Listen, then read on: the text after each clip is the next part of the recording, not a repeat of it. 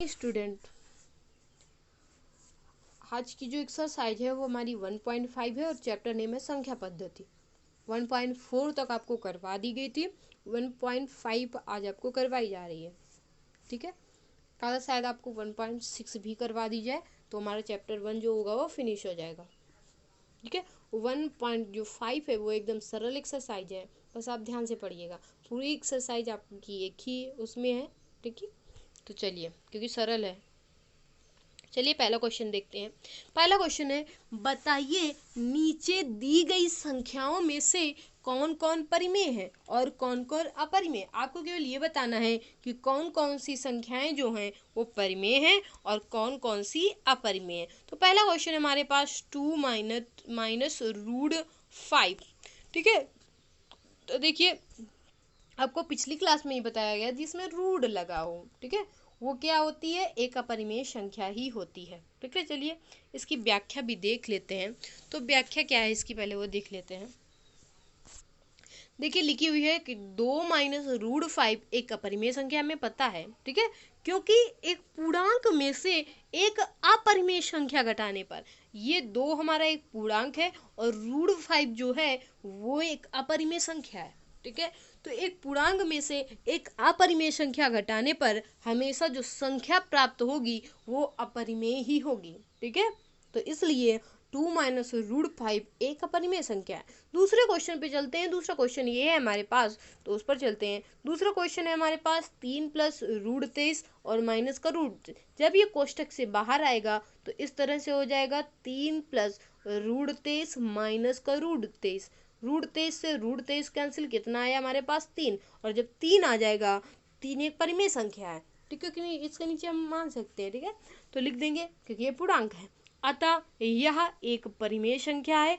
क्योंकि हल करने पर हमें तीन एक पूर्णांक है, ना कि परिमेय, ना कि ये अपरिमेय संख्या। ठीक है, पूर्णांक तो परिमेय संख्या होती है। ठीक है, तो चलिए अगले नंबर क्वेश्चन पे चलते हैं। देखिए तीसरा नंबर क्वेश्चन हमारा एकदम सरल ये भी है।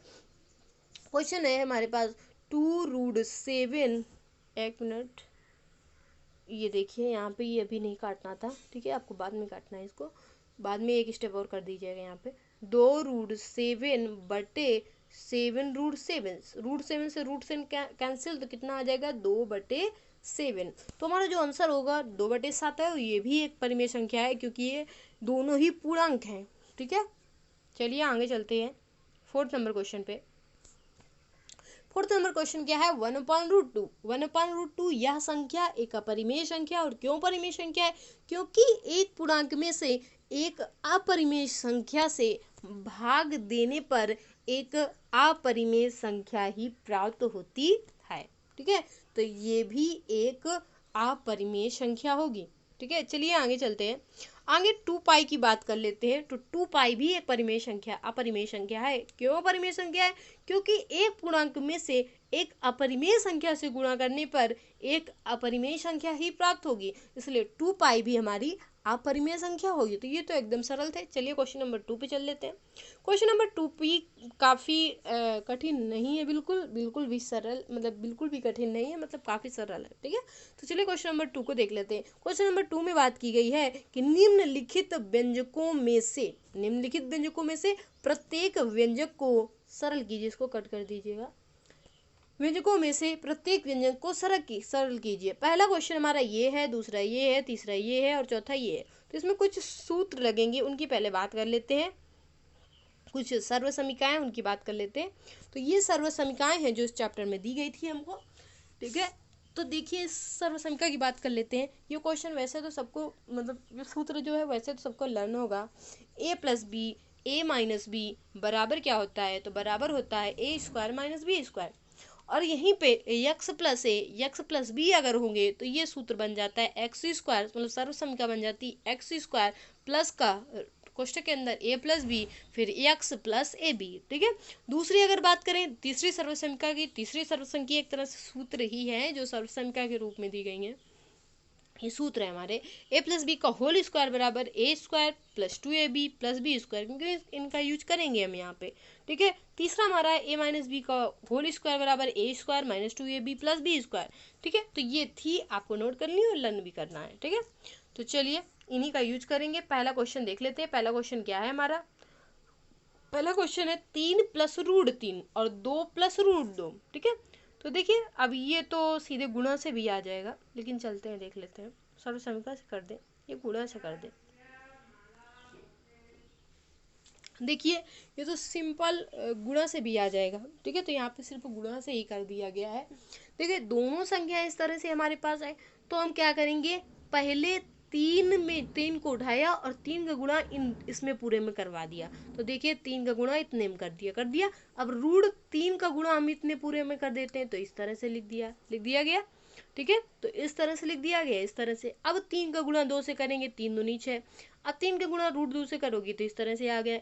अब रूट 3 का गुणा 2 से करेंगे तो ये आ गया। अब रूट 3 का रूट 2 से गुणा करेंगे तो ये आ गया। ठीक है, अब देखिए इनका गुणा करवाइए, 6 आ गया। इसका गुणा करवाएं, 3 रूट 2 आ गया। इसका गुणा करवाएंगे, 2 रूट 3 आ गया। इसका गुणा करवाएंगे, कितना आ गया, रूट 6। बस यही हमारा क्या हो गया, आंसर। तो कितना सरल था, या तो गुणा से कर लीजिए या तो सर्व समीकरण से कर लीजिए। तो चलिए आगे देखते हैं, ये तो एकदम सरल था, सभी को आ जाएगा। चलिए आगे चलते हैं क्वेश्चन नंबर 2 पे। देखिए क्वेश्चन नंबर 2 पे शायद सर्व समीकरण लगा दी गई है। ठीक है, कोष्टक में ए प्लस बी है, कोष्टक में ए माइनस बी, सर्व समीकरण द्वारा लिखा भी है। सर्व समीकरण हमने पढ़ा था, ए प्लस बी ए माइनस बी, सूत्र क्या होता है, ए स्क्वायर माइनस बी स्क्वायर, उसी को लगा दिया गया। ये ए प्लस बी और ए माइनस बी तो लिख दिया गया है, साइड में सूत्र भी। तो ये हो गया ए स्क्वायर, ये हो गया बी स्क्वायर। देखिए 3 का स्क्वायर करेंगे तो 9 आ जाएगा। रूट 3 का जब स्क्वायर करते हैं तो रूट 3 से जब भी गुणा होता है, रूट क्या होता है, हट जाता है। तो कितना आ गया, 3। अब 9 में 3 घटाया, कितना आ गया, 6। तो हमारा जो आंसर होगा वो 6 होगा। तो इस तरह से ये सर्व समीकरण से जो क्वेश्चन होता है और भी शॉर्ट हो जाता है और सरल भी। ठीक है, तो चलिए तीसरा नंबर क्वेश्चन की बात कर लेते हैं इसी की।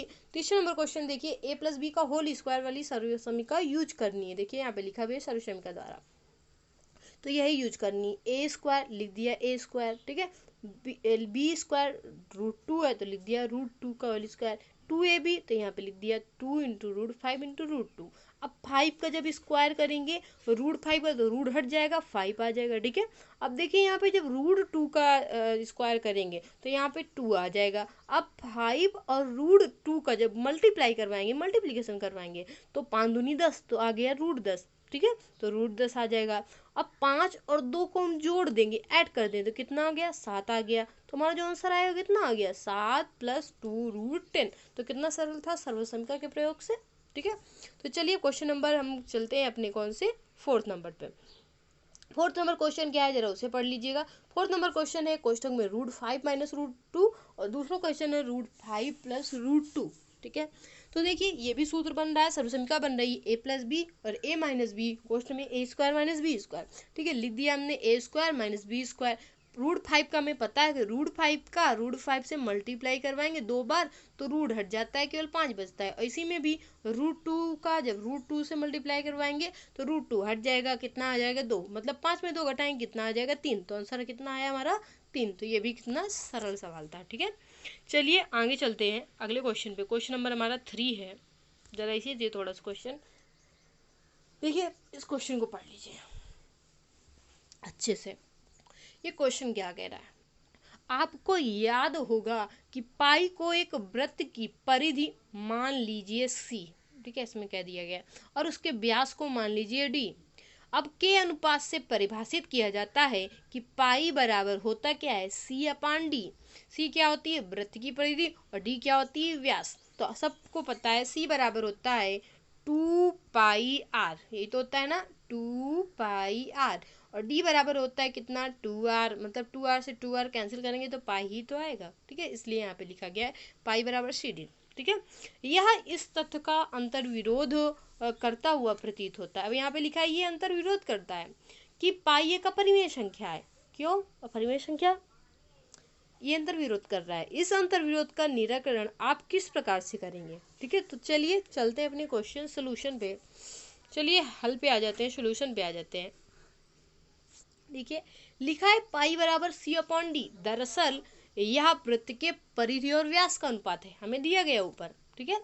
जहां C/D बराबर 22/7, क्योंकि पाई है, और पाई को अगर हम, ये पाई का मान होता है 22/7, अगर हम इसको बटे के फॉर्म लिखें तो ये तो एक अपरिमेय हो जाए, परिमेय संख्या हो जाएगी, अपरिमेय हो जाएगी। इसका मतलब ये क्या है, ये एक अपरिमेय संख्या नहीं है, ये अंतर विरोध प्रकट करता है, ठीक है। सिर्फ पाई का अनुमानित मान होता है, जो 22/7 होता है जो लिया जाता है, वो सिर्फ पाई का अनुमानित मान होता है, और जिसका दशमलव मान अनवासनीय अनावर्ती प्रसार होता है। इसका जब हम दशमलव में प्रसार करते हैं, मतलब 7 का जब भाग देते हैं तो दशमलव में आता है 3 दशमलव फिर 1 आ जाता है, इस तरह से आने लगता है। तो इसका मतलब कह रहा है जिसका दशमलव प्रसार अनवासनीय अनावर्ती प्रसार होता है, ठीक है।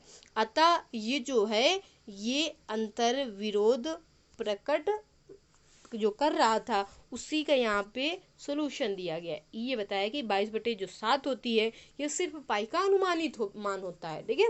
तो इसका इससे कोई संबंध नहीं है, अतः पाई एक अपरिमेय संख्या है, ठीक है, जिसका दशमलव मान अनवासनीय अनावर्ती प्रसार होता है, ठीक है। इसलिए पाई क्या होगी, अपरिमेय संख्या होगी। आगे क्वेश्चन नंबर 4 की बात कर लेते हैं, वो तो छोटा सा बिल्कुल था। तो क्वेश्चन नंबर 4 की बात कर लेते हैं कि संख्या रेखा पर √9/9.3 को आपको प्रदर्शित करना है, ठीक है। तो पहले हम रचना के जो स्टेप होते हैं वो पढ़ लेते हैं। ये रचना है हमारी, लिख लीजिएगा यहाँ पे, शायद नहीं लिखने की आदत रही है, रचना है हमारी। पहले हमने क्या किया, सबसे पहले 9.3 हमको दिया है, तो हमने सबसे पहले एक 9.3 सेंटीमीटर का रेखाखंड ए बी खींच लिया, ठीक है। और एक पहले हमने क्या किया कि सर्वप्रथम हमने 9.3 का इस तरह से रेखाखंड खींच लिया, ठीक है। और 1 सेंटीमीटर आगे बिंदु सी ले लिया। तो 1 मिनट रुकिए, ये हमने 9 पॉइंट की एक रेखा खींच ली। अब यहाँ से बोला है कि 1 सेंटीमीटर, तो हमने इसको पहले नाम दिया ए और बी, ठीक है। आगे बोला 1 सेंटीमीटर और बिंदु ले लीजिए, उसको आगे बढ़ाइए, तो हमने 1 सेंटीमीटर का और बिंदु ले लिया, इसका नाम सी डाल दिया, ठीक है। अब यहाँ पे करना क्या है, दूसरे स्टेप में इस प्रकार बने रेखाखंड AC का लंब समद्विभाजक कीजिए। प्रकार सबके पास होगा, यहाँ पे एक पॉइंट रखिए और यहाँ पे एक पॉइंट रखिए, इससे एक ऊपर मारिए, एक यहाँ मारिए, और इस पे एक ऊपर मारिए और एक इधर मारिए, ठीक है। अब इन दोनों को मिला दीजिए तो ये बीचों बीच आएगी, ठीक है। इसमें नहीं आ पा रही, चलिए फिर से बना देते हैं। ए बी को थोड़ा बड़ा बनाते हैं, ये मान लीजिए ए बी और ये सी, ठीक है। अब हमें AC का अर्धक करना है, तो अर्धक करने की सबको पता है, यहाँ पे प्रकार रखेंगे तो एक इधर मारेंगे, एक प्रकार रखेंगे तो यहाँ पे इसे मार देंगे, एक प्रकार यही नीचे और यहाँ पे। तो इन दोनों को अब मिलाएंगे तो दोनों का अर्धक कर लेंगे। अर्धक मतलब क्या होता है, बीचों बीच की जो दोनों साइडों की दूरी होगी वो लगभग समान होगी। अब करना क्या है, इस पॉइंट का हम नाम डाल देते हैं। तो इस पॉइंट का हमने नाम डाल दिया O, क्या डाल दिया, O। अब AO व CO को वृत्त की त्रिज्या मान लिया हमने, ठीक है। AO और किसको, CO, मतलब OA और OC, ठीक है, को हमने वृत्त की त्रिज्या मान लिया। ये मान लिया कि OA बराबर क्या है, OC है, और वो भी बराबर भी है, ठीक है। अब इसको दोनों की हमने नाप ली, यहाँ पे प्रकाल को रख दिया। अब यहाँ प्रकाल से रख करके OA और OC की दोनों की दूरी की नाप ले लेंगे, यहाँ पे रखेंगे, ऐसे यहाँ तक की दूरी की नाप ले लेंगे यहाँ, ठीक है, और यहाँ तक की नाप ले लेंगे। अब दो यहाँ पे रख के पॉइंट केंद्र O पर पॉइंट को रख करके यहाँ से प्रकाल से ऐसे ऐसे ऐसे गोला बना दीजिएगा, ठीक है। लेकिन पूरा गोला नहीं बात कीजिए, यहाँ पे सिर्फ अर्ध गोले की बात की गई, तो हम ये नीचे वाला कट कर देते हैं, ठीक है। जैसे ये A B, एक मिनट रुकिए, B और C, इसका अर्धक हमने कर लिया था, ठीक है। तो अर्धक किया था तो यहाँ पे कितना आया था, O आया था। अब इन दोनों की दूरी बराबर होगी। अब हमने कहा था कि इस पॉइंट पे रख के, ठीक है, C थोड़ा इधर ले लेते हैं, ठीक है, इस पॉइंट पे रख के आपको क्या बनाना है, अर्धक गोला बनाना है, लेकिन आधा अर्ध गोला। तो हम यहाँ पे रखेंगे इस पॉइंट पे, इस पॉइंट पे ये दोनों की नाप ले लेंगे, जहाँ पे OA बराबर क्या होगा, OC होगा, OC। तो हम यहाँ पे इस पॉइंट पे O पे रखेंगे और O पे रख करके एक अर्ध गोला, आपको आधा गोला बनाना है। तो यहाँ से सिर्फ ऊपर ले जाके ऐसे करेंगे, नीचे हम नहीं प्रकाल को चलाएंगे, सिर्फ अर्ध गोला बनाए, ये भी बना दिया। आगे अब क्या कहा गया जरा देखिए, पढ़िए। आगे कहा गया है कि बिंदु B से AC पर लंब खींचे। तो हमें बिंदु B से AC पर लंब खींच देना है, जो अर्धवृत्त की परिधि को बिंदु D पर काटती है। BD और BE अभिष्ट √9.3 का संख्या यहाँ पर माप है। ठीक है, तो अब तो वो आपको चित्र हम बना रहे थे, कैसे बनाना है और वहाँ पे लंब भी डालना है। चलिए चित्र बना हुआ है उसको देख लीजिए। देखिए सबसे पहले हमने यहाँ से ए बी रेखा खींची थी, जो बोला था अभी आपको चित्र में बताया, और यहाँ पे हमने 1 सेंटीमीटर और आगे बढ़ा दिया था, तो ये सी बन गया था। ठीक है, अब देखिए यहाँ पे ये हमने कहा था कि इसका अर्धक कर लीजिए, तो यहाँ पे अर्धक भी किया गया, अर्धक किया गया। उस पॉइंट को यहाँ पे नहीं दर्शाया गया, आप दर्शाइएगा। ठीक है, तो यहाँ पे ये अर्धक था और इस पॉइंट को क्या नाम डाल दिया गया था, ओ डाल दिया गया। अब यहाँ से आपसे कहा गया था कि ओ ए और ओ बी क्या आपस में है, बराबर है, बराबर दिख रहे हैं। तो यहाँ से आपको एक अर्धगोला बनाना है, तो यहीं ओ पॉइंट पे आप प्रकाल को रखेंगे और ए से इस तरह से आप एक अर्धगोला खींच लेंगे, इधर साइड में नहीं जाएंगे। ठीक है, नीचे की तरफ। अब इतना हमारा बन गया। अब उसके बाद आपसे कहा गया कि ओ से जो ये है एक लंब डालिए, बी से एक लंब डालिए। कहाँ पे लंब डालिए, तो हमें लंब डालना है एसी पर। ठीक है, तो लंब डालने के लिए हम क्या करेंगे, इस पॉइंट पे जाते हैं और यहाँ पे लंब डालते हैं। ठीक है, जब इस लंब को हम डालेंगे, बी से लंब डालना है, तो बी से जब हम लंब डालेंगे तो यहाँ पे हमने एक प्रकार लिया और यहाँ पे इसे कट कर दिया। ठीक है, यहाँ पे इस तरह से चाप लगा दिया। जब चाप लगाया तो यहाँ से ओ से हमने इसको इस तरह से मिला दिया। ठीक है, तो इस तरह से हमारा बन गया। अब देखिए आगे, अब ये सी पॉइंट था, तो यहीं से हमने क्या किया, एक पॉइंट जो है वो हमने ई, यहीं से चाप लगा हुआ है तो इसको इस तरह से ले जाके इससे यहाँ से मिला दिया। इसका नाम हमने क्या डाल दिया, तो इसका नाम डाल दिया ई। तो इस प्रकार से जो हमारा चित्र होता है वो कंप्लीट हो। इस तरह से जो ये बी डी है ये भी 9.3 हो जाएगी और ये जो डी ई है ये भी 9.3 हो जाएगी। ठीक है, क्योंकि यहाँ से हमने इसको ऐसे मिला दिया है और इसको इस तरह से मिला दिया। ठीक है, ये लंब था हमारा, तो ये बी डी और बी दोनों की बराबर नाप हो जाएगी। कितनी हो जाएगी, √9.3। और इसी तरह से हमें संख्या रेखा में माप को दर्शाना था, रूट में 9.3 की माप। तो ये थी हमारी 9.3 की माप। ठीक है, तो इस चित्र को अच्छे से बना लीजिएगा, समझ लीजिएगा। चलिए आगे चलते हैं अगले क्वेश्चन पर। अगला क्वेश्चन है 5 नंबर है, बिल्कुल सरल क्वेश्चन है। देखिए कह रहा है हरों का परिमेयकरण कीजिए। परिमेयकरण का मतलब होता है इसको सरलीकरण कीजिए, मतलब सरल रूप में इसको व्यक्त कर दीजिए। ठीक है, सबसे पहला हमारे पास क्वेश्चन है 1/√2। देखिए जब भी आपने अगर सरल करने की बात की है तो नीचे अगर रूट में संख्या हो या कुछ भी संख्या हो तो उसमें या तो संयुग्मी से गुणा करवा देते हैं। संयुग्मी क्या होता है, संयुग्मी जिस प्रकार से ये संख्या रखी है √7 और -√6, यही संख्या सेम रहेगी लेकिन वो संख्या का चिन्ह परिवर्तित हो जाएगा, जिसे हम लोग बोलते हैं संयुग्मी। क्या बोलते हैं, संयुग्मी। मतलब कि सेम संख्या रहेगी लेकिन बस चेंजिंग होगी हमारी, कहाँ पर, चिन्ह पर, साइन पर चिन्ह होगी, मतलब चेंजिंग होगी, तो वो इसका संयुग्मी कहलाता है। ठीक है, इसी प्रकार से अगर √7 यहाँ पे दिख रही तो हम √7 अगर केवल अकेले संख्या होती है तो हम उसी का ऊपर नीचे गुणा करवा देते हैं। ठीक है, ये करवाया जाता है हल करने के लिए, सरल करने के लिए।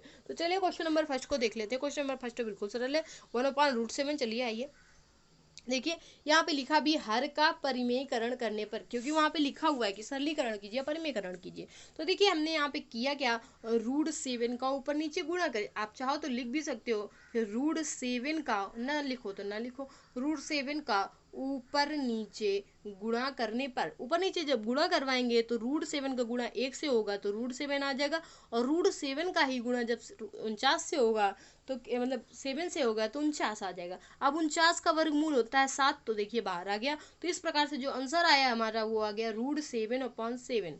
ठीक है, अब चलिए क्वेश्चन नंबर सेकेंड पे चलते हैं। क्वेश्चन नंबर सेकेंड पे क्या किया गया है, तो क्वेश्चन नंबर सेकेंड पे दिए 1/√7 -√6।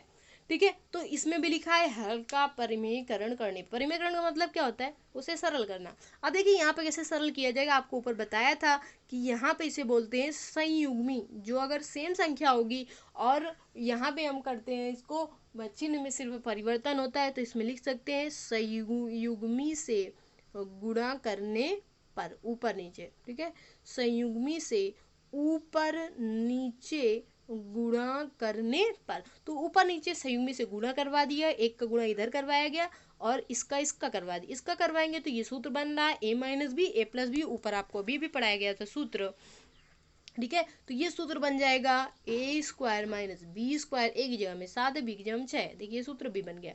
अब दोनों को जब स्क्वायर करेंगे तो रूट 7 को, आपको पता है कि रूट का जब भी स्क्वायर होता है वही संख्या आ जाती है, तो इस तरह से ये 7 आ गया। रूट 6 का करेंगे सेम संख्या, वो भी आ जाएगी। 7 में 6 घटाया कितना आएगा 1, ठीक है, और 1 हम का भाग देंगे इस संख्या में तो सेम इतना आ जाएगा। तो ये हो गया हमारा आंसर, ठीक है, ये हमारा आंसर निकल रहा है। ठीक है, चलिए थर्ड नंबर क्वेश्चन पे चलते हैं। थर्ड नंबर क्वेश्चन भी सेम यही होगा, संयुग्मी से गुणा करने पर आपको यहाँ पे लिख देना है संयुग्मी से ऊपर नीचे, ठीक है, इसको संयुग्मी बोलते हैं, जो संख्या के चिन्ह बदल जाता है, नीचे गुणा करने पर, यहाँ पे ऊपर नीचे दोनों में गुणा करवा दिया गया। एक से करवाएंगे इतना आ गया, इसका करवाएंगे इसका, ये भी सूत्र बन रहा है किसका, ए प्लस बी और ए माइनस बी, इसको ही बना दिया सूत्र में, ए स्क्वायर बी स्क्वायर, इसका किया। 5 रूट 5 का स्क्वायर करेंगे तो आ जाएगा 5, रूट 2 का स्क्वायर करेंगे आ जाएगा 2। आपको पता है रूट का जब भी स्क्वायर करते हैं रूट हट जाता है। 5 में 2 घटाएंगे कितना आ जाएगा 3, तो हमारा आ गया रूट 5 माइनस रूट 2 बटे रूट 3। ठीक है, ये भी हमारा आंसर आ गया। ठीक है, चलिए आगे क्वेश्चन नंबर जो 4 है उसको भी चेक कर लेते हैं। ये भी एकदम सरल सा सवाल है। यहाँ पे भी हमें वही करना है, संयुग्मी का गुणा करना है। तो लिख देंगे संयुग्मी का ऊपर नीचे क्या करने पर, गुणा करने पर। ऊपर नीचे जब गुणा करवाएंगे तो ये आ जाएगा, देखिए यहाँ पे गुणा करवाया, ये आया हमारा इतना, ठीक है, इतना, ये माइनस है यहाँ पे प्लस, तो संयुग्मी है। ठीक है, एक का गुणा इसमें करवाया इतना आ गया, इसमें करवाया इतना आ गया। ये भी सूत्र बन रहा है किसका, ए माइनस बी ए प्लस बी। अब देखिए यहाँ पे भी वही किया गया है, सूत्र बना दिया गया, ए स्क्वायर माइनस बी स्क्वायर, ए स्क्वायर रूट 7 और बी स्क्वायर तो 2 का स्क्वायर। तो देखिए यहाँ पे रूट हमें पता है, जब भी रूट का स्क्वायर होता है तो सेम वही संख्या आती है, और 2 का स्क्वायर करेंगे तो 2 गुणते 2 कितना आ जाएगा 4। 7 में 4 घटाया कितना आ जाएगा 3। तो हमारा जो आंसर था वो आ गया रूट 7 प्लस 2 बटे 3, ये हमारा है आंसर। ठीक है, ये हमारा आंसर हमें मिल गया है। तो क्वेश्चन नंबर शायद कंप्लीट भी हो गए हैं। आपकी एक्सरसाइज जो थी वो हमारी कंप्लीट हो जाती है इसी सवाल से। ठीक है, तो यहाँ से हमारी एक्सरसाइज कंप्लीट हो जाती है। कल आपको मिल जाएगी एक्सरसाइज इसी की 1.6।